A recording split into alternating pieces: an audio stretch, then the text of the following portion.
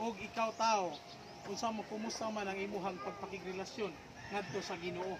Ang importante ra ba kaayo sa atong kinabuhi dili man ang relihiyon kini mga atong Amen. pagpakigrelasyon ngadto Praise sa the Ginoo. Lord.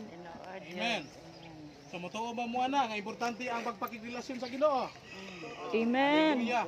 Kay kung moingon tang relihiyon, pwede daghan ng relihiyon. Tinood siya. Ang Ginoo usa ra man. Ato lang sa Amen. Ginoo magigrelasyon. Amen.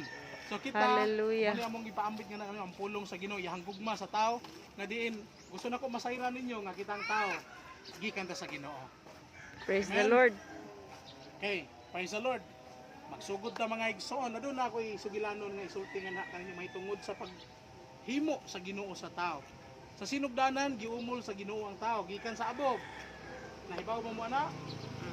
Ang tao nga kita gikan ta sa abog, unya pagkahuman sa abog, ang tao mupauli pud sa abog. Mupauli sa abog. Ato makita nga daghan kaayo no. Dire, butanganan sa tao nga wala na, mitaliwa na. So ato makita din ha mga igsoon sa menteryo, doon lang kita, Duol sa ang mintilyo. pangidaron din ha, walay gipili. Nay bata, nay dalaga, nay ulitaw, nay minyo, nay tigulang na kaayo. Wag yung Ha? pili. Mao ni siya ang realidad sa atong kinabuhi. Wala ta masayod kano sa maabot ang kamatayon. Ang importante, preparado ang atong kinabuhi igsoon.